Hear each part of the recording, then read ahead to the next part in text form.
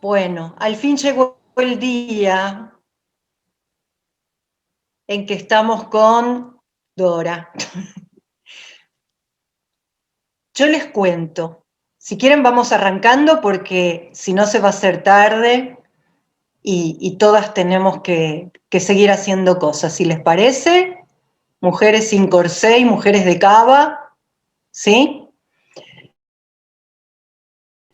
Y del Bueno, oeste. bienvenidas a todas, bienvenida principalmente a nuestra Dora. Nos muteamos, les pedimos por favor.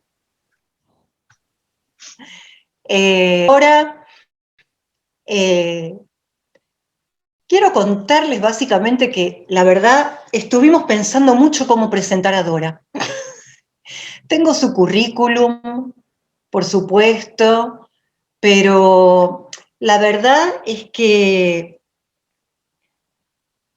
todas conocemos a Dora, todas sabemos quién es, todas o la mayoría de nosotras alguna vez la hemos escuchado, la hemos leído. Sabemos que es socióloga, sabemos que es historiadora, que es investigadora, que ha sido directora del CONICET y tantas cosas. Pero la verdad es que decidimos desde Mujeres sin Corset presentarla desde el lugar de la mujer militante, desde, desde el lugar de la mujer comprometida con con la causa feminista, con la causa por la que luchó y por la causa por la que se comprometió. La verdad que no sé por qué hablo en pasado, en realidad debería estar hablando en presente. Eh, esa, Nos gusta la idea de presentarla como la mujer que se convirtió en feminista desde el exilio, eh, con sus propias palabras, esa mujer que no nació feminista, sino que se hizo feminista. Es una mujer con la que se puede hablar de todo desde un lugar muy amoroso, eh, pero para esta charla la verdad que hemos decidido eh, hablar desde el lugar de compañeras, desde el lugar de compartir el espacio, el campo nacional y popular. Y desde ese lugar charlar de las muchachas peronistas. ¿Y por qué pensamos en este tema? Porque en la Revolución de las Viejas, y quiero hacer este preámbulo, Dora, porque en esta grupa, Mujeres sin Corsé y la Revolución de las Viejas de Cava, hay muchas viejas desde el inicio de la revolución, pero hay muchas compañeras que se están incorporando. Entonces, me parece que vale la pena brevemente aclararlo. En la Revo escribimos un manifiesto en el que nos definimos como viejas, como revolucionarias, como feministas, pero pertenecientes al campo nacional y popular. Y desde ese lugar creo que nos debíamos esta charla sobre construcción política, sobre el lugar que ocupan las mujeres en la construcción política.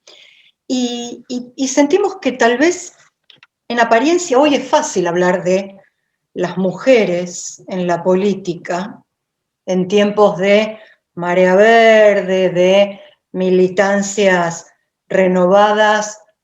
Hoy particularmente se me ocurrió pensar a partir de la muerte de Néstor y el despertar de generaciones dormidas por el neoliberalismo. Y esta incorporación de mujeres a la política, me parece a mí, y esto quizás es lo que podríamos poner en discusión, requiere la despatriarcalización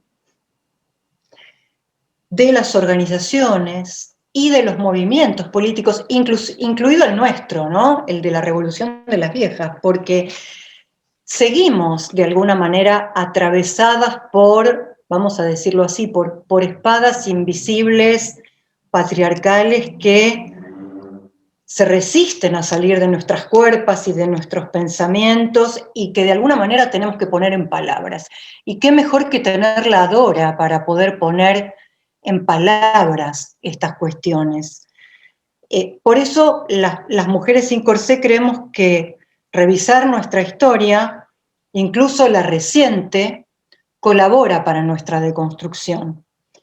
Y estudiar cómo construyeron política y poder mujeres como Evita, mujeres como Cristina, nos va a ayudar para pensar cómo tenemos que construir nosotras, las viejas revolucionarias y feministas de la Revolución de las Viejas, nos va a ayudar muchísimo. Y en esto Dora me parece que es imprescindible para nosotras. Su palabra es imprescindible. Así que no hablo más, la invito a ella a tomar la palabra y nada, bienvenida Dora de nuevo, me callo.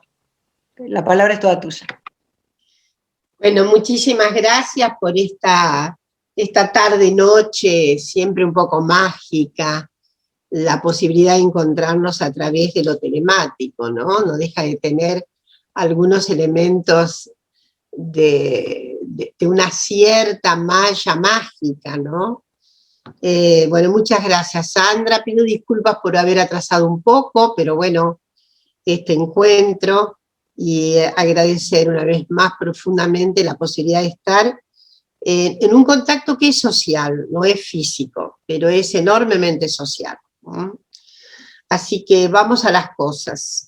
Yo voy a hablar unos 35 o 40 minutos, por ahí. Siempre digo esto, a veces me excedo, pero la propuesta es muy bella y vamos a irle por ahí.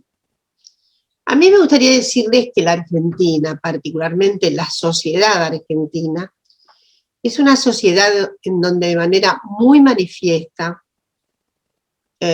las mujeres han tenido una circunstancia singular respecto de las mujeres de otras sociedades latinoamericanas. Por diversas razones, algunas me parece que son hasta relativamente más probables, es el hecho de que la sociedad argentina, bueno, otras sociedades son hispanodescendientes, y también las mujeres en España han tenido una condición de posibilidad relativa a ¿qué? A una esfera de politización, siempre digo lo mismo. Esfera de politización no quiere decir que se pertenezca, se identifique con una fuerza política determinada. Digo que hay a lo largo de los tiempos en la Argentina, y también en España lo hubo, una suerte de interpelación a las mujeres por parte de la política en su sentido más vasto. En todo caso, lo que quiero decir es que si se analizan diferentes momentos de la historia argentina, el siglo XIX, pongamos, pero especialmente el siglo XX, vamos a encontrar una suerte de direccionalidad hacia la política, hacia un cierto entrañamiento con la política que no tienen otras sociedades. No tienen otras sociedades. Siempre la comparo, sobre todo porque es bastante fácil, sociedad a la que conozco, porque estuve exiliada, con Brasil. Entonces, hay una cierta referencia histórica, tradicional, en el mujerío de la Argentina, con respecto a un cierto condimento político, a un cierto condimento con lo político. Y cuando yo no voy a demorarme en el siglo XIX, que está llena de mujeres absolutamente nada de ingredientes, solo una historiografía muy patriarcal puede limitar el orden de significación que tuvo, por ejemplo, doña Encarnación Ezcurra para Rosas. Pero bueno, hay muchas mujeres en el siglo XIX, pero me voy a dirigir sobre todo al XX. Entonces, la primera cosa que quiero decir es que hay una cierta condición transhistórica en las mujeres de la Argentina que las conecta, que las comunica, con una esfera de explicación más racional acerca de la política. 2. Voy a dar un ejemplo. Pongamos 1930. Siempre doy este ejemplo, pero como, o casi siempre, pero como la platea está totalmente renovada, hago de cuenta de que es la primera vez que ilustro de esta manera. 1920 y pico, 30. Una mujer de sector popular que va a una feria, pongamos, en la periferia de Buenos Aires, o en Tucumán, y que tiene que comprar papas, ¿no? Es muy difícil que esa mujer le dé explicación al precio de la papa en un orden trascendental. No va a decir, Dios mío, Dios querido, ¿cómo has puesto tan alto el precio de las papas? Más bien, esa mujer imaginaria, 1929, 1930 y pico, tiende a pensar, estos políticos que hacen tanto desorden que aumentan el precio de la papa. ¿Se entiende lo que quiero decir? Entonces no hay una relación de causalidad, de ejercicio, no hay una relación que ejercite algo que está ocurriendo con una esfera trascendental, mágica, ni mucho menos, sino con una esfera terráquea completamente transitada por lo que serían las enjundias de la interacción política. Entonces hay algo de eso que es muy transhistórico.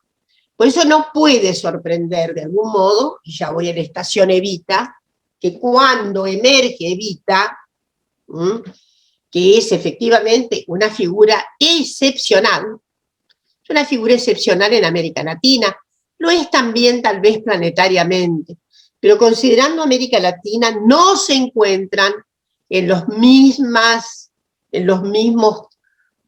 cóncavos políticos nacionales, populares, populistas, pongamos, porque es un término que está demasiado asociado a lo, en fin, algo que que a veces me disgusta, y está muy asociado a algo vernáculo de referencia, en fin, ¿cómo decirlo?, muy periférica, no entraña las circunstancias particulares de los llamados regímenes populistas, que tienen que ver en todo caso con una serie de dispositivos. Uno de ellos me parece fundamental, y es una articulación política que le da a la democracia mayor intensidad, porque hace participar a las mayorías populares, más allá de los otros equívocos que pueda tener. Los regímenes populistas han sido muy tratados, por ejemplo, por Ernesto Laclau, que los ha tratado con una enorme dignidad, asociando muchísimo la perspectiva justamente argentina, lo que pasaba en la Argentina, dentro de esa teoría del populismo, que se acerca a esto que yo digo, ¿no? Una democracia interpelativa intensa. Ahora bien, democracia interpelativa intensa ha habido en varios lugares de América Latina, pero es evidente para mí que, por ejemplo, el peronismo no se compadece con el varguismo. Vargas, el de la última época, es un Vargas. Vargas fue el gran líder brasileño que termina suicidándose. Pero Vargas no se compadece con Perón. Ahí hay algo que se alarga en el sentido comparativo, pero no es. Una podría decir que, por ejemplo, sí, una figura mucho menos conocida acá, trágica en lo que atañe a su antecedencia respecto de las dictaduras institucionales traídas por la Guerra Fría, y es Jacobo Arbenz. Jacobo Arbenz, el gran presidente guatemalteco, cuyo golpe, cuya deposición fue ideada, diseñada, programada, actuada por la CIA, casi sin mediación. La arquitectura de la CIA, ahí cuando, 1954. Jacobo Arbenz fue, sí, lo que podría ser muy cercano por las iniciativas populares, por la nacionalización de los elementos claves de la economía y por su sincera disposición popular. Bueno, tuvo una mujer, Cristina Vilanova. Cristina Vilanova, también trágica circunstancia, cuando deponen a Arbenz, Cristina Vilanova estaba muy empeñada en hacer un trayecto muy parecido al de Evita, construir la fundación, etcétera, etcétera. Ustedes no tienen idea de los tormentos por los que pasaron los Arbenz cuando fueron depuestos. Situaciones gravísimas. Y una persecución de índole política a Cristina, a la que se la hacía responsable de muchísimas cosas. Lo dejo por ahí. Pero Cristina Vilanova no encontró de ninguna manera un perfil, finalmente, que pudiera acercarse ni siquiera a Evita. O sea que tenemos un populismo en Jacobo Arbenz y no se en general no hay comparaciones políticas sobre esto, pero como yo soy historiadora, tengo obligaciones de algunas reflexiones mayores. Por supuesto, en los otros regímenes populares populistas a los que se asistió en la región, tampoco aparece una figura con la talla de Eva Perón. Es una singularidad total. Y yo creo que ella vivió esa singularidad con una suerte de desempeño que siempre vivió como excepcional. Creo que Evita tenía una clara conciencia de la excepcionalidad que era, teniendo en cuenta sus congéneres de clase. Y a mí obviamente, siempre que volvemos sobre esta cuestión del feminismo de Evita, obviamente, Evita está lejos de lo que sería el folletín feminista, que era un folletín que en la Argentina ya tenía un cierto trajín, por lo menos 1902, 1903, gran articulación de las feministas con el Partido Socialista o con el libre pensamiento, luchas muy notables en los 20 que significaron la primera gran transformación del Código Civil. Quedó pendiente la sanción del sufragio. Voy a recordar, 1932, la Cámara de Diputados aprueba el sufragio de las mujeres, gracias a la acción feminista. Pero ¿qué pasó?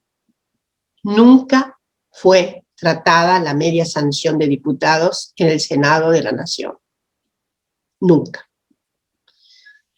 Esa derrota, eso que sí fue vivido como una derrota, también encampa con una serie de circunstancias a las que las mujeres socialistas y librepensadores en Argentina se vincularon muchísimo en esos años, por los cuales hubo como un cierto repliegue de los viejos reclamos, sobre todo el derecho al voto. La lucha de las mujeres, escrito sobre eso, se destinó sobre todo a la lucha antifascista. Por eso fueron grandes cooperantes las mujeres con la Guerra Civil Española y cómo hacer el arco de solidaridad para que, en la medida en que la guerra se iba perdiendo, en 1918 la guerra está perdidísima, pudiera haber un rescate de los republicanos, de las fuerzas para estas latitudes. En fin, en medio de esos entreveros es que surge el peronismo. Y cuando surge el peronismo, quiero decir, había habido ya un cierto repliegue, no había desaparecido de ninguna manera el fuste feminista, no estoy diciendo esto. Digo que había habido, por estos efectos de militancia, un cierto repliegue, nada más. La figura de Evita es descomunal en la escena. Por algún tiempo se pensó, porque en realidad todos los partidos que participaron en 1946 de la contienda, casi todos, llevaban la propuesta del voto femenino. casi todos, la enorme mayoría.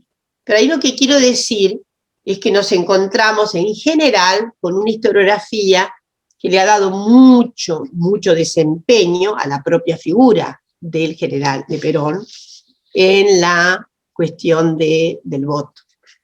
Pero para mi gusto ha sido decisiva la figura de Evita. Tan decisiva es que cuando Evita se va al viaje notable en el 47, le había pedido a Colón, a Eduardo Colón, que era el presidente de la Cámara de Diputados, que no tratara el proyecto sino hasta su regreso. ¿Por qué razón? Porque Evita quería seguir de cerca, quería supervisar, quería estar bien por dentro. No fuera que en alguna maniobra, vaya a saber que algunos machirulos se durmieran. Esta es mi hipótesis, más allá del empeño de Perón. Y la verdad es que por eso ella hizo todo lo que hizo. Primero, agitación sobre todo en las bases sindicales. Evita recorre en esos meses anteriores al septiembre es el tratamiento de la ley, recorrió los sindicatos, hizo una gran manifestación con mujeres en septiembre frente a la Cámara, una manifestación que fue tan importante que probablemente fuera la segunda gran manifestación peronista después del 17 de octubre, así como les digo. Y eso fue toda una gestión de Evita. De modo que Evita no quiso perderse un solo momento de la deliberación. Y ahí estuvo acompañando hasta el momento en que se sanciona finalmente la ley. Y ustedes recordarán que su promulgación es bellísima. Se hace desde los balcones de la Casa de Gobierno, con una Evita trémula que por primera vez seguramente enuncia algo que es algo del laurel, ¿no? Que llevamos como el laurel a la victoria, pero dice algo: quedan acá atrás las luchas históricas. Hay un reconocimiento pasajero, pero hay, a las luchas antecedentes de las feministas. Las feministas obviamente no querían Evita. Evita tenía en ese punto una situación de adversidad.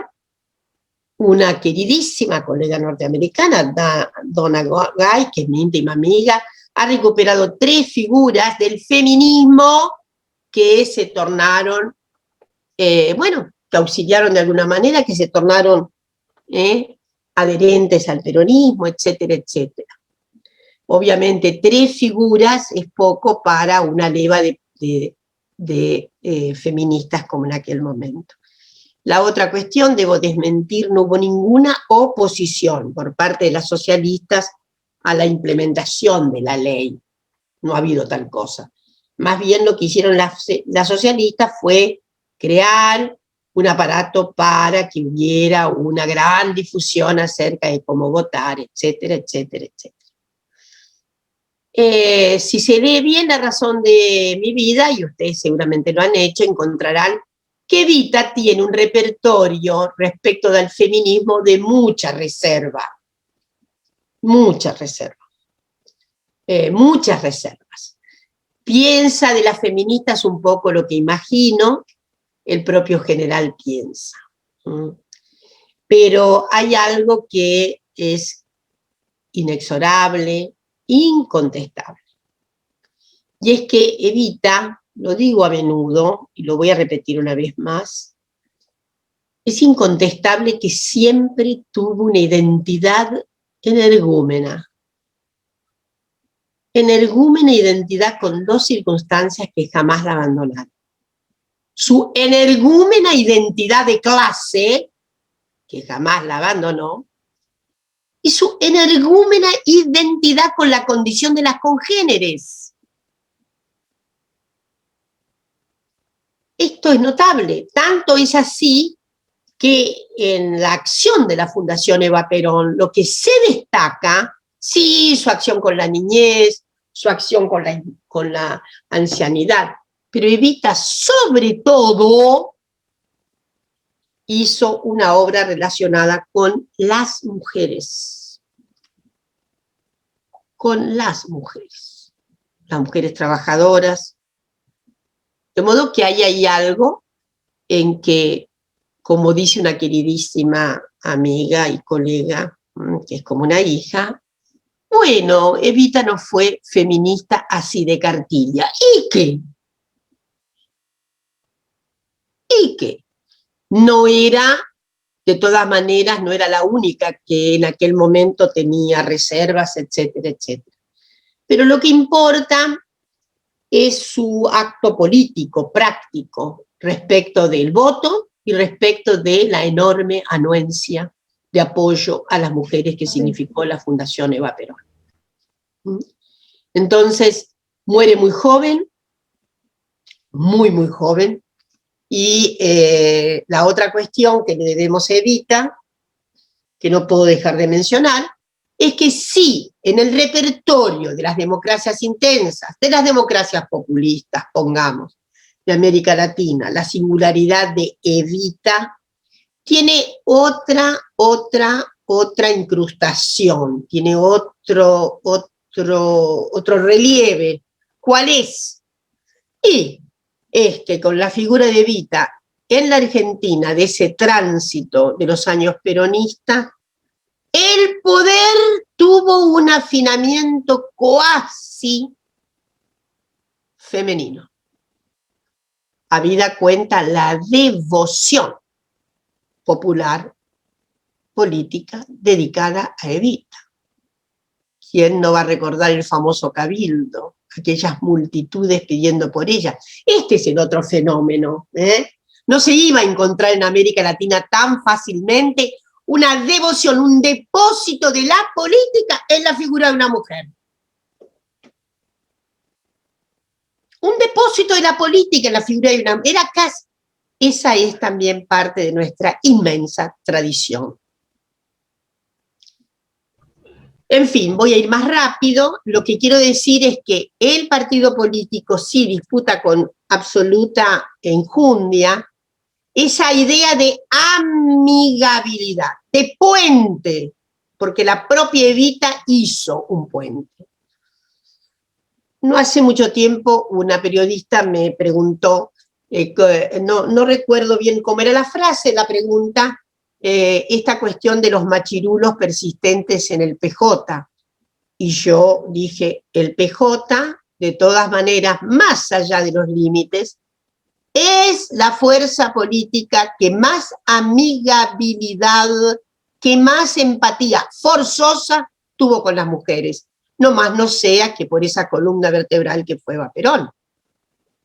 Y a la verdad, por la cantidad de militancia, mejor no recordar la enorme militancia de los años 60, 70, etc. Entonces, ahí hay algo, es cierto, es incontestable que es una fuerza donde los efectos machirulos se han dejado, pero lo notable en esa fuerza no es eso, lo notable es la contestación a la rotundez patriarcal dentro de la fuerza. Por eso no puede sorprender, insisto, dentro de la tradición de este país, que los años de fuego, los años de plomo, los años del genocidio, los años del terrorismo de Estado, finalmente nos devuelvan la resiliencia extraordinaria de mujeres, madres y abuelas de Plaza de Mayo. Para mi gusto, el acto de mayor tosudez, de mayor tosudez ha habido en el siglo pasado. Y algo así como una contienda excepcional. Mujeres contra aquel estado de terror. Y luego los renacimientos habidos posteriores, el hecho de que muchísimos cuadros del peronismo se tornaron, muchísimos cuadros peronistas, mujeres se tornaron feministas. Las que salimos al exilio, las que se quedaron, algunas con un encendido mayor. Bueno, esto es notable, una fuerza en donde lo que más se ha prodigado es una identidad doble, femenina feminista. Y bueno, es la fuerza de donde emanó, obviamente, esa circunstancia histórica. No podía tal vez haber venido otra fuerza. Cristina Fernández de Kirchner. Que es todo como una síntesis, es como una de las equivalencias de todo el significado, aunque no hubiera empoderamiento real, de la potenciación de las mujeres militantes de los años 60 y 70. Entonces, tampoco puede sorprendernos que además fuera 2 veces consagrada presidenta de la Nación. Es un hito histórico. Bueno, que además ni hablar de la enjundia de su consistencia presente. Entonces, hay un enlazamiento con esta fuerza nacional y popular. Voy a recordar que fue la propia Cristina quien en uno de los actos del 2019 dijo: esta fuerza es nacional, popular, democrática y feminista, lo dijo ella, por supuesto, seguramente articulando lo que estaba ya en la comidilla de las movilizaciones realizadas por mujeres. Como ya comí mucho tiempo, porque quiero que me pregunten, por eso la Argentina también tiene un desborde feminista popular tan grande. En verdad, en toda América Latina hay desbordes populares feministas. En toda. En México la hay, en Chile la hay, bueno,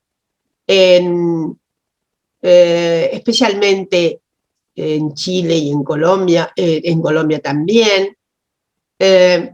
Pero me parece que la enjundia que tiene el derrame feminista nacional popular en este país es bastante peculiar. Es bastante peculiar. Entonces se encuentran entre los antecedentes generales que vive la tradición feminizada que tiene la propia fuerza, que se junta con la tradición de articulación de la política y no de lo trascendental divino. Pero además, claro, hay algunas expresiones en la Argentina que son notables. Por ejemplo, y que bueno, que no quiere decir que nacieran nacionales, populares, democráticas, sí, pero por ejemplo, y que son muy, muy, muy originales, como es el Encuentro Nacional de Mujeres. El Encuentro Nacional de Mujeres, primero es un palco de discusión muy variada, en donde ha habido racimos populares cada vez más, como presencia en cada uno de los encuentros, racimos de mujeres populares. Y eso me parece que le da una nota muy particular a Argentina. En ningún lugar de América Latina se da la experiencia de año tras año. Bueno, el año pasado fue telemático, este año seguramente tendremos de nuevo un encuentro telemático. Un encuentro en donde se citan las mujeres de carne y hueso, las mujeres de expresión real. Yo hace muchísimos años que desistí porque me parecía que era un lugar en donde las académicas, feministas, militantes, aún por militantes que fuéramos, no teníamos mucho que decir, nada que decir. Hubiera sido un estropicio, porque lo que ocurrió y lo que ha seguido ocurriendo en los encuentros es la posibilidad del cabildeo deliberativo, efectivamente, no de feministas que están esclarecidas, con otras que recién devienen presencia en esos encuentros. Yo lo que sé es que las mujeres han ido a esos encuentros de un modo y han salido de otro. por efecto de la reunión con otras mujeres de carne y hueso, más que de libro y carne. Entonces, a mí me parece, para ir cerrando, que esa tradición de los encuentros es muy importante. La abigarrada presencia, insisto, del mujerío de las mujeres como vertebralidad en la fuerza en el propio peronismo, más las alianzas que tienen que ver con el campo popular, en donde hay muchísima mujer militante, históricamente también.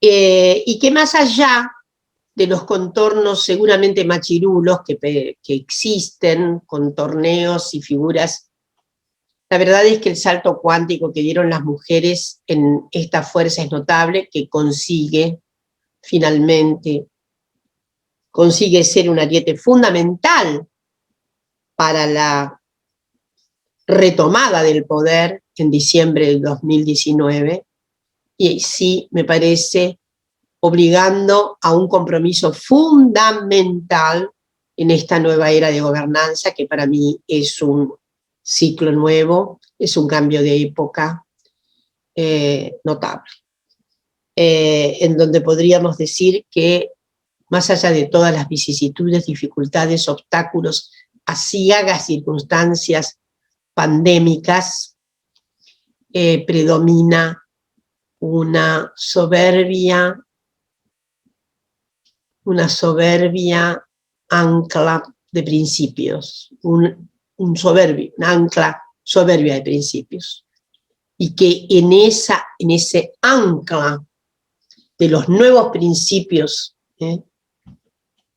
que han sido obviamente transformados en el calor de estos años y de resistencias varias, tiene que ver con una característica resumida. Esta nueva gobernanza tiene un empeño fundamental. Sabe que no hay justicia social sin justicia de género. Ha entrañado que una parte fundamental, decisiva de las justicias redistributivas pasan por las justicias de género.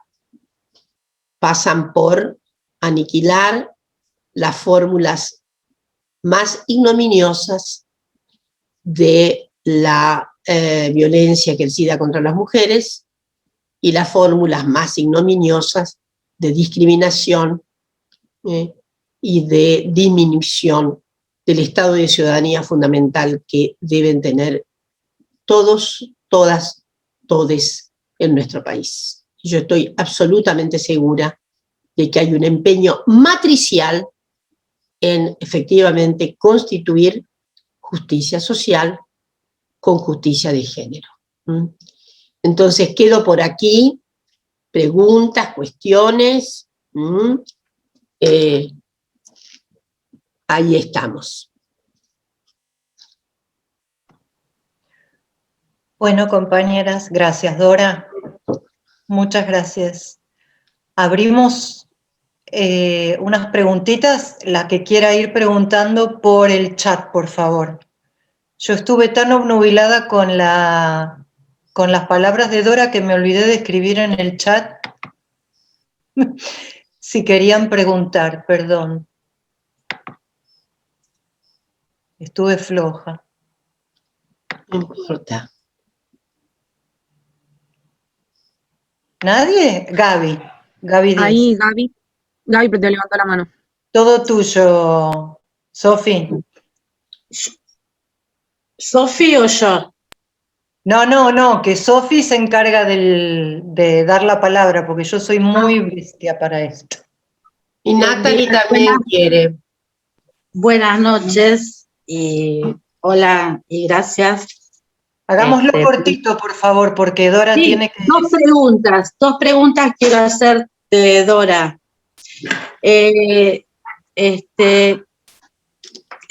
¿Habrá escrito Evita el libro La razón de mi vida? ¿Por qué siempre se me pone esta pregunta?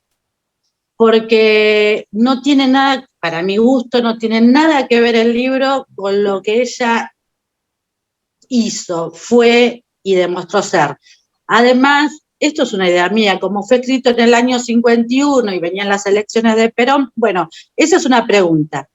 Y la segunda pregunta, con respecto a esta matriz que vos decías, Dora, de descendencia española, del feminismo, o el protagonismo de la mujer, algo habrá tenido que ver también la influencia de las mujeres de los pueblos originarios que acá estaban.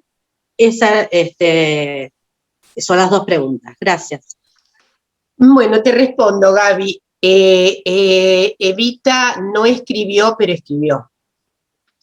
Evita muchas veces dictaba. Ustedes saben que hubo un intérprete y ella hizo un trabajo de ¿cómo diré?, de control de calidad notable sobre ese texto. De modo que en realidad es muy difícil que la encontremos sentada en un escritorio escribiendo.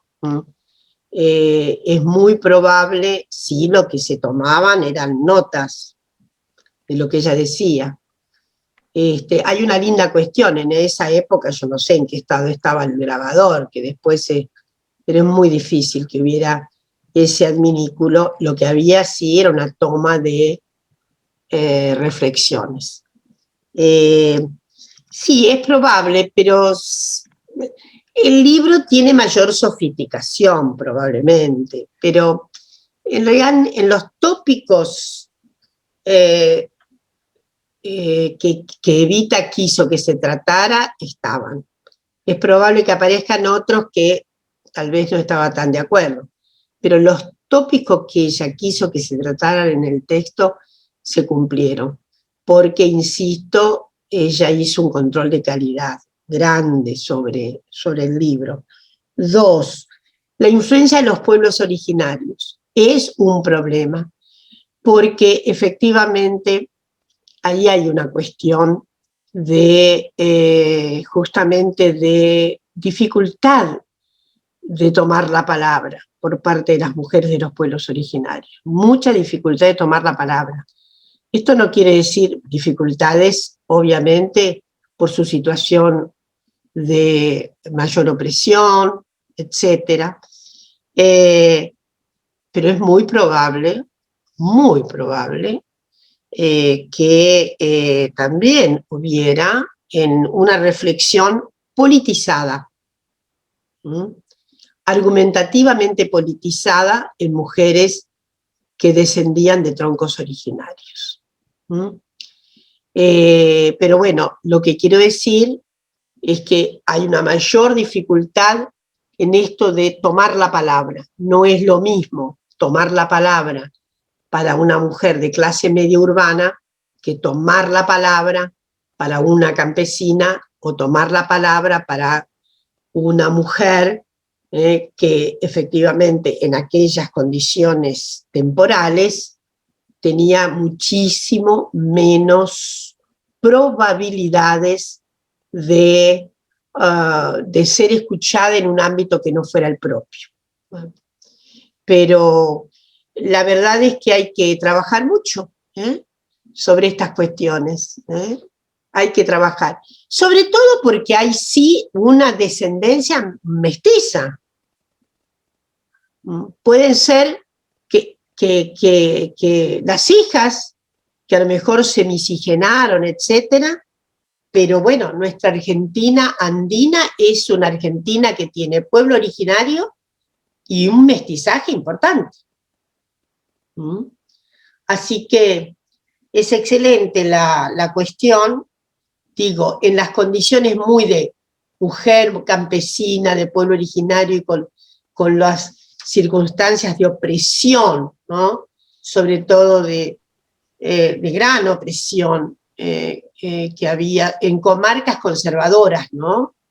Es más difícil tomar la palabra y hacerse escuchar. ¿Quién sigue? Sofi. Sofi. Desapareció Sofía. Bueno, si no, yo estaba anotada, Me dijo, pregunto. yo estaba anotada acá estoy, también. Ah, no.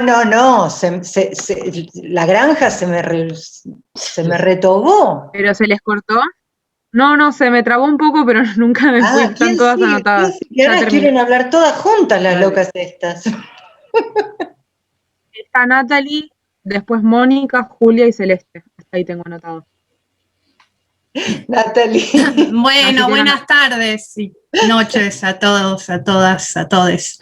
Bueno, como siempre, escucharla a Dora es un placer por la generosidad de su discurso. Yo la adoro, lo sabe, la sigo por todas partes, pero además siempre renueva el discurso. Es una cosa impresionante como cada vez se extiende más y más. Y en ese sentido tengo preguntas, Dora. La primera, a ver, a mí no me gusta para nada los anacronismos, pero en los archivos que juntó Aníbal Fernández en 2 tomos de los discursos de Eva, que da a través de LRA, de Radio Argentina en ese momento, que en uno de ellos lo prologa Néstor, hay una inclusión en su discurso, lo leo rápidamente, dice: ellas, nuestras mayores, enaltecieron su paso por la vida con sacrificios heroicos de padres, hijos, esposos y hermanos. Me pregunto si acaso, más que hablar de feminista, hay que hablar de una mujer que inauguró la teoría de género, inauguró el movimiento de género, porque incluyó, digamos, en sus discursos, como vos bien decías, a mujeres, a viejas, a niños, a niñas y a hombres también, que es algo que cuesta mucho tener en cuenta en los discursos. Me pregunto si este anacronismo que estoy haciendo gravemente se puede de todas maneras pensar. Y lo último, Lili Mazzaferro, ¿qué función cumplió en todo este asunto con respecto también al voto, al feminismo y a la oposición a Eva en su figura, ¿no? Por su figura. Gracias. A ver, Dora, gracias. la primera cuestión, justamente las feministas más de cartón te dirían es demasiado, porque justamente esta integración de todas las identidades etarias, genéricas y demás, remite a una idea de una composición de Evita que está muy lejos de la ruptura patriarcal, porque están los varones.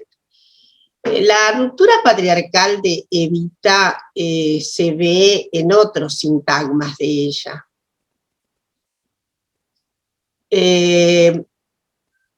Por ejemplo, un sintagma que es tremendo, y es que desaloja a las mujeres de la vida hogareña para irse a las unidades básicas, lo que es toda una transgresión, a la que no permitía entrar a los varones. Saben que estaba prohibido el ingreso de varones en las unidades básicas femeninas, porque ahí había una censurada moral. Evita no quería de ninguna manera que, en fin, ya saben. Pero la ruptura, en todo caso, es esa ruptura inmensa de la vida por Perón, no la vida por el marido. Quien invita a dar la vida por otro tipo que no es el marido, yo digo que comete casi un escalofrío antipatriarcal, ¿se entiende lo que quiero decir, no? Entonces ahí sí me parece que yo tengo los discursos de Evita, no estos que fueron radiofónicos, sino una colección maravillosa que debo a un gran querido amigo que recogió todos los discursos de Eva Perón. Y lo hizo ahí saliendo de la dictadura, en 1985. Hablando de eso, he prestado uno y espero que, porque los tengo, están todos, no solamente los radiofónicos, todos los discursos. Entonces es eso, ¿no? A mí me parece que hay algo que es diástole y sístole en ella, porque al mismo tiempo ella es una disruptora y además la ferocidad de sus enemigos le hacía pagar más caro la disrupción. ¿no? Ya sabemos cómo se la trataba. Entonces, a mí ver. Y en cuanto a Mazzaferro, ahí se me escapa. No sé, con todo el alma, no sé exactamente cuál fue su papel. Sí, el de algunas otras mujeres como, ahora me va a salir Blanca, una figura muy interesante, poco analizada. Blanca, ahora me va a salir el doble apellido. No, ella es otro, pero, uy, ese es otro personaje también. No, Blanca, bueno, no importa. Ella trabajó mucho con niñez, era feminista y está muy al frente, pero no la hemos visto, hay muy buenos trabajos sobre todo la formación del partido peronista femenino. Blanca de Longoni, ¿puede ser? No, Blanca, no. Ahora, que escribió contra Rivadavia, ¿puede ser? No, espérate. Ahora me va a salir, la tengo que buscar. Sobre ella se ha ocupado sobre todo Donna Gay, ha escrito sobre un trabajo muy precursor respecto del estado de la condición jurídica de la niñez, porque era abogada. Bueno, me sale muy a menudo con toda facilidad el doble apellido de Blanca. Pero bueno, y yo creo que ella hizo una enorme renovación cuando se decide por la fundación del partido, que en fin aparecen nombres que, digamos, nombres del interior, que es cierto que después hay algo muy particular que ha sido también muy analizado, y es que ella se escoge como candidatas a diputadas, inclusive a otras que no fueron censistas. Una parte sí fueron censistas, y otra parte de esa representación que ella procuró no eran censistas, con lo cual hay hipótesis, está claro, no sé si ella tenía una evaluación, pero bueno, no podría responderte con respecto a nuestra mujer, y sí decirte que fue muy renovado el elenco de las figuras que después la van a acompañar en la representación en el Congreso, ¿no? En fin, ahí está la cuestión, no busca figuras que hubieran tenido un nombre, ¿no? Genial, gracias, Dora. Ahora Mónica había pedido la palabra. No anoté el apellido. Estás muteada, Mónica. Como siempre, bueno, qué más palabras de halago para Dora, si es lo más, digamos. Entonces, y uno la sigue por el oeste, por todos lados, ella va a todas partes. Es verdad. Gracias, Mónica. Gracias por ese reconocimiento. Sí, no, te he visto así de cara a cara en el 109, un profesorado de historia chiquito así, y ella va a hablar igual. Su compromiso, y ahí apelando a este compromiso con la historia, lo que quería ver qué antecedentes, porque tiene que haber, como está el feminismo negro, este feminismo del edadismo. ¿Qué antecedente hay en el mundo, digamos? Porque no creo que seamos los primeros, y un poco para empezar a investigar esa beta histórica. ¿Qué me aconsejas en particular? ¿Vos decís las feministas de mayor edad?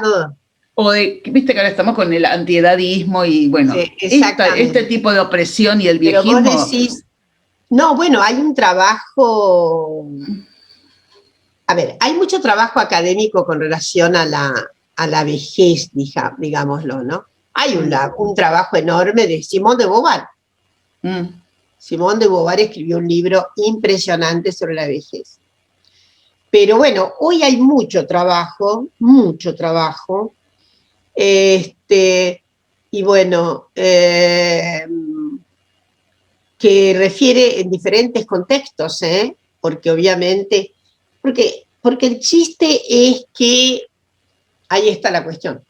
Bueno, ahora tenemos el COVID en el medio y va a haber un desbaratamiento tremendo de las tasas de sobrevida por obra del COVID. Esto es en este momento, ¿no? Ahí es muy sobrecogedor, es sobrecogedora la letalidad, así que ahí no sabemos. Pero sí lo que sabemos es que se estaba esperando hasta 5 años más de expectativa, con lo cual también se coloca un concepto nuevo, porque primero las edades son sociales. Eso lo dijo una figura que ha trabajado el tiempo es social, la edad es social. Norbert Elias, en el trabajo sobre el tiempo, machaca mucho sobre la edad es tan social, miren, es tan social. Gente como yo, 70 años atrás, estaba en una situación de ¿cómo decirlo?, de postración, sí vivía. Entonces, la niñez tiene evoca claramente un nacimiento social del concepto de niñez, que es más o menos del siglo XVII en adelante, porque sí, había un cálculo cronométrico acerca de ese estado de niñez, pero no había una diferenciación social. Eso también hay unos muy buenos trabajos historiográficos acerca de la emergencia del concepto de niño. Los niños con 2 o 3 años vivían la vida de los adultos, por eso también la cantidad enorme de accidentes, etcétera, etcétera, hasta que comienza a haber un reconocimiento específico, ¿no? Y Natalie sabe bien esto. Un reconocimiento específico de ese estatuto. Y en la adolescencia, ni les digo, eso es reciente. El invento etario de la adolescencia como concepción pediátrica, psicológica y demás es reciente. 2. En el 19, la gente, sobre todo, no las mujeres, pero sí los varones, para ganar reconocimiento social, deseaban tener una cierta caracterización avejentada,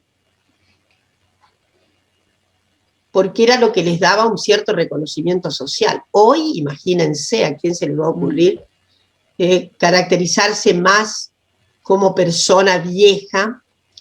Bueno, hay un texto precioso de Stefan Zweig.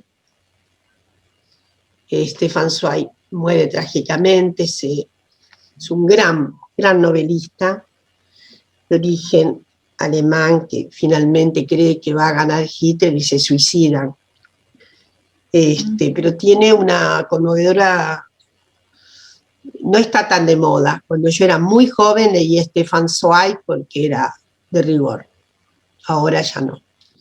Stefan Zweig, en unas memorias que tiene en uno de sus textos, dice, estoy hablando de 1890 y pico, cómo se ritualizaban las características, sobre todo de esas clases medias, para parecer mayores, para tener más reconocimiento. No para parecer pendejos, sino gente mayor. Entonces, sí, no escapa que estamos dentro de lo bio, pero lo bio es completamente politizado y social. Sí. Completamente social. Entonces, lo que creo es que está viendo, va a haber nuevas fases de edad, a menudo también que haya un transcurrir, obviamente, notable de la expectativa de vida, un incremento, que ustedes saben que los chinos están diciendo que las mujeres vamos a vivir, creo que son 125 años, los varones pobres no se hagan ilusiones, 110 nomás. Pero esta era uno de los pronósticos, ¿no? Es cierto que el COVID anda a saber qué es lo que produce, ¿no? Pero bueno, entonces, yo lo que quiero decirte es que hay muchísimo escrito, sobre todo por esta condición política, que también significa la mayor edad desde el punto de vista de una readministración de la biopolítica. porque ¿qué hacen los estados frente a una prolongación tan grande ahora de la vida? Que se entiende. Entonces, esto ha modificado muchísimo.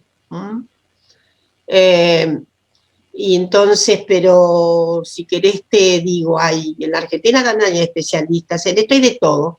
Pero hay un libro clásico que ya te digo que a lo mejor te gusta mucho, pero que tiene, no se da del todo bien con el propósito nuestro, ¿no? Porque es en realidad una aceptación del plano de la... Les explico, a veces hay un efecto de saturación por el cual todo el aparato mío me avisa que cesa. Pero ya me explicaron que es así, que cuando hay el Zoom o cuando ha habido mucho Zoom, yo he tenido el cuidado de reiniciarla y tal, pero bueno, es una artimaña patriarcal, estoy segura. Bueno, no quería dejar de aparecer. Nos quedaron dos compañeras. A ver, ¿quiénes son? Dale. Julia y Celeste. Y después nos vamos. Dale. Perdónenme, pero es un problema de mi equipo que satura y no te das problema. Nada. Sí. Y la última compañera era Celeste. Buenas tardes, compañera. Un alto placer escuchar a Dora y compartir con ustedes. Soy de Entre Ríos. Estamos estrenando, por estrenar, una ley de paridad que habla del 50 y el 50. Estamos en la medida que el COVID lo permite, en una discusión en cuanto a las formas y las maneras de que ese 50% se inserte en las listas. Al hablar de paridad hablamos de 1 y 1. Quizá nos lleve algunos años el que esta paridad numérica tenga que ver con la representación de la mujer y los intereses de la mujer en sus diferentes etapas. Porque no podemos negar que en esta instancia muchos dirigentes, varones y mujeres trans, todavía apegados al patriarcado, van a seguir aspirando a ser señalados por quienes detentan el poder. Entonces creemos que la lucha debe encararse desde otra forma y que las mujeres tenemos que empezar a hacer política de manera diferente. Si bien sabemos que por algo transitamos el peronismo y la línea nacional y popular y que es por aquí por donde se irrumpe con derechos, por donde primero la mujer, el trabajador, los jóvenes, y ahora, bueno, estamos los de una franja etaria superior a los 55, tratando de marcar presencia que represente necesidades o pareceres. Quisiera preguntarle a Dora, con toda su experiencia y con su sapiencia, ¿cómo ve ella una mayor justicia en esta aplicación de la paridad? Además de preguntarle también quién fue el que hizo el compilado de los discursos de Evita para buscarlos. Gracias, compañeras. Bueno, muchas gracias, Celeste. Bueno, vos has dicho algo que me parece que es muy importante. En todo caso, estoy segura de que sí, que Entre Ríos, Santa Fe ya tiene una ley, y La Rioja La Rioja o Catamarca, perdón, porque estuve en el Zoom el año pasado. Es una ley con muchos más problemas la de Catamarca, porque además en realidad está asegurando lo paritario, etcétera, etcétera, también en el Ejecutivo. La idea, no sé cómo es lo de Entre Ríos, pero creo que es paridad en el Ejecutivo y Legislativo. El judicial queda de lado. Pero lo que vos decís es muy importante. Primero, yo creo que tiene que haber una forma de hacer política que sea bastante más original por parte de nuestras sororidades, ¿no? Me parece que hay ahí algo que tenemos que hacer, inventar nuevas formas, otras formas de poder. A mí me gusta mucho la palabra potenciar más que empoderar. Pero vos decís algo que sugiere que no basta la representación de género, porque si no hay una representación igualmente entrañada en los principios de los derechos de las mujeres, en el feminismo, lo voy a decir en términos muy simples porque es así. Puede haber representación de género y feminismo poco. Suele ocurrir que en general la mayor representación de las mujeres ha dado significativos saltos.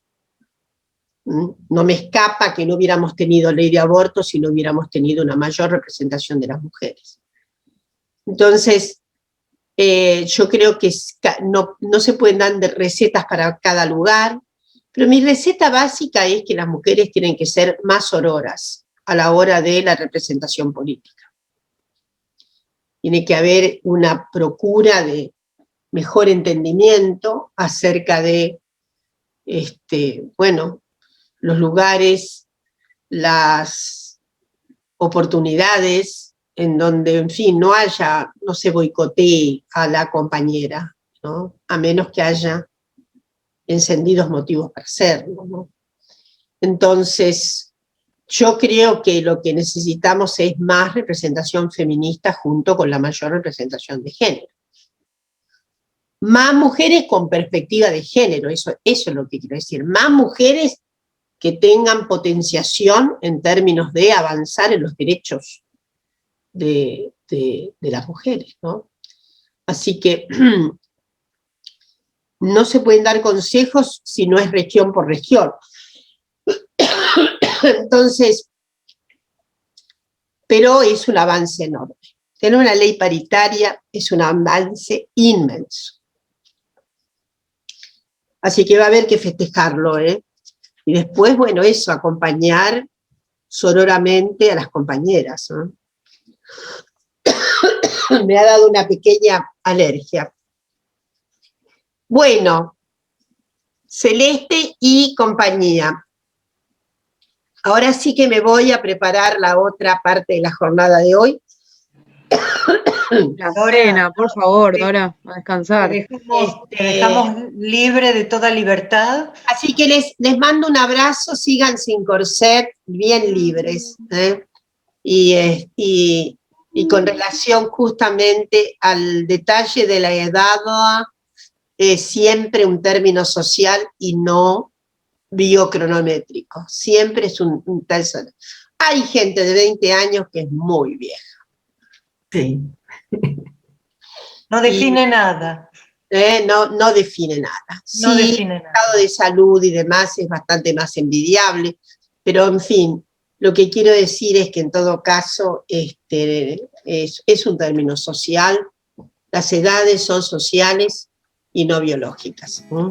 Bueno, abrazos gigantes, Sandra preciosa, la próxima vez vino y más vino, ¿eh? Vas a ser invitada. Bueno, muchas gracias. Te queremos. Cariño enorme.